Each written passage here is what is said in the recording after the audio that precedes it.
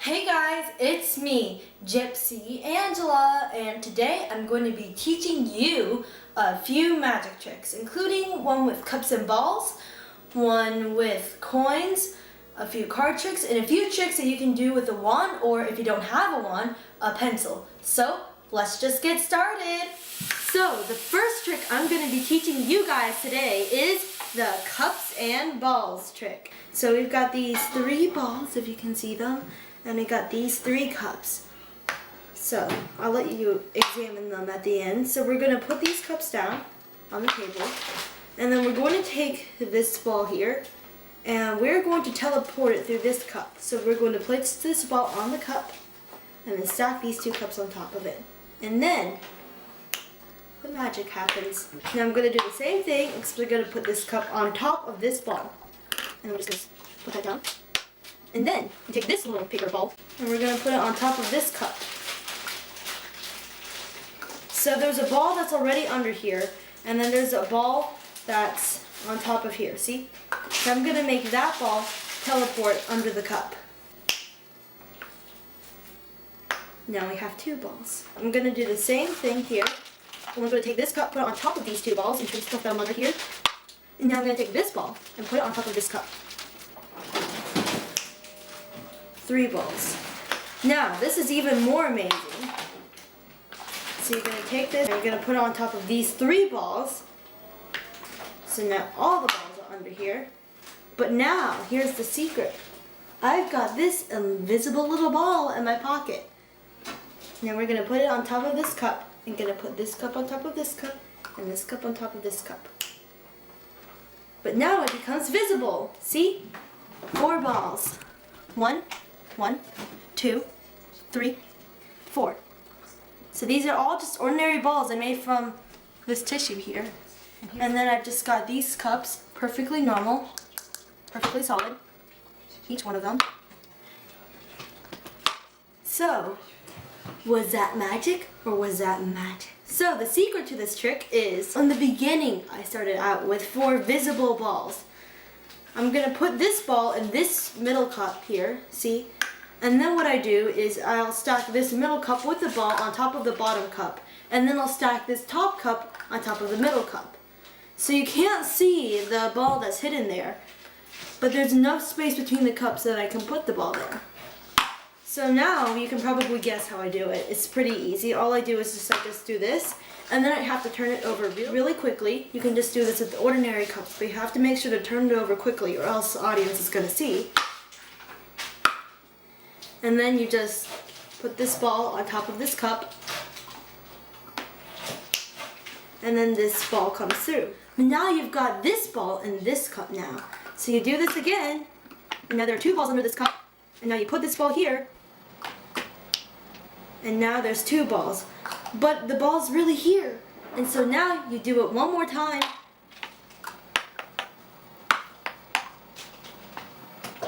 Put this ball here. And now how to get rid of the 4th ball, I already showed you it, is you pretend that there's some kind of invisible ball in your pocket. And then you just do the same thing as before. You have to be real careful to encompass all these balls. So I would suggest doing this because the audience really doesn't suspect there's anything going on here at this point.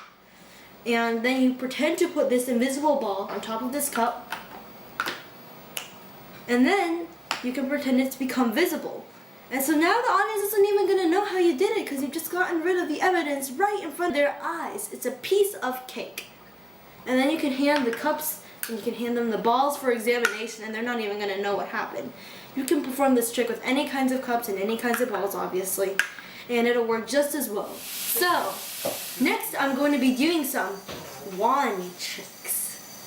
So, the first trick I'm going to do is I'm going to make this stick to my hand. So you just put it here, and then I'm going to hold on to my wrist because you need support here. And then, voila. It's amazing. So the trick to this magic trick is just really simple. So you hold your wrist for support, right? But when you hold your wrist, you extend your first finger, and then you hold the wand in place with your first finger. But many people already know this trick, I'm gonna do a different variation of this trick. So we're gonna do the same thing as before. And we're gonna put this wand here. And we're gonna hold my wrist for support.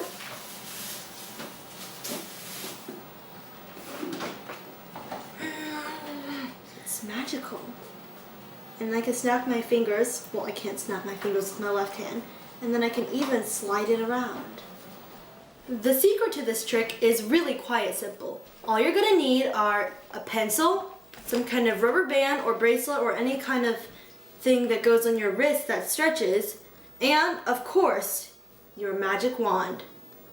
So what you're gonna do is you're gonna take the pencil, and you have to already be wearing the rubber band bracelet thing. You're gonna slide the pencil under the rubber band like so. I have a hair tie. And what you're gonna do when you perform this trick is you're going to have to slide the wand underneath here, like so. And when you face it toward the audience, all they're gonna be seeing is this. You gotta make sure not to let them see the tip of the pencil, because if they see the tip, then the whole thing's ruined. They might guess how it happened.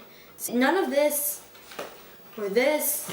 A trick for this is to hide it behind your middle finger like so, or you can hide it behind your pointer finger or your ring finger or your pinky. When the trick is done and you take your wand out of the contraption, to get rid of the evidence, you want to hide it in your shirt somewhere. I was performing this trick while wearing a short sleeve shirt, so that really didn't work out. But you want to be wearing a long sleeve shirt or maybe like a jacket so you can get rid of the evidence. So I have another wand trick for you guys, but I'm gonna need a volunteer, so I'll just make one appear. Perfect! Okay, so this here is my dad. And so I have this homemade little DIY clock. And what I'm gonna have you do is you're gonna have to pick a number from 1 to 12. Okay. I'm going to tap in random places around this clock. And every time I tap a number on this clock, I want you to add 1 to your number. For example, if your number is 3 and I tap once, you add 1, becomes 4. I tap twice, you add 1, becomes 5. When you reach 20, I want you to tell me to stop. Okay. And when I stop, my wand is going to be on your number. Sweet. So let's start. Yes.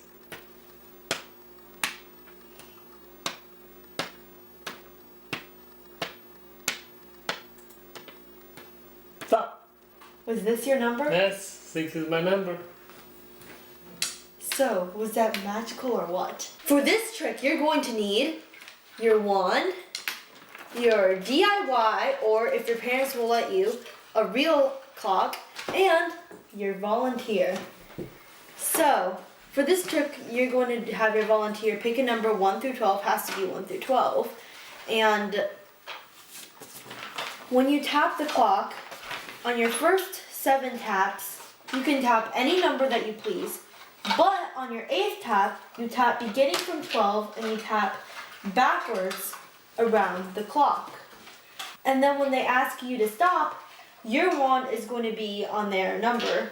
So for example, pick another number and tell 4. me. So 1, 2, 3, 4, 5, 6, 7. And then on my 8th tap, tap 12, tap backwards. 11, 10, 9, 8, 7, 6, 5, 4. Stop. And then he'll stop on 4. Yep. It's just math. For this next trick, I'm gonna need a pack of cards. So we're gonna take the cards out of this. I'm gonna take the top card of this deck. So I'm gonna have to quickly remove the top card real quick. And I'm gonna take this top card. You see it. And now I'm gonna put it back on the deck so you've had time to look at the card if you didn't pause the video. I'm going to take this top card and I'm going to put it in the deck somewhere. And now I'm going to snap my fingers. It's come back to the top again. The secret to this trick was really quite simple. You're going to need 2 cards. So when you perform this trick, there's no previous setup at all whatsoever. You're going to take this pack of cards. And remember when I said I was taking the top card?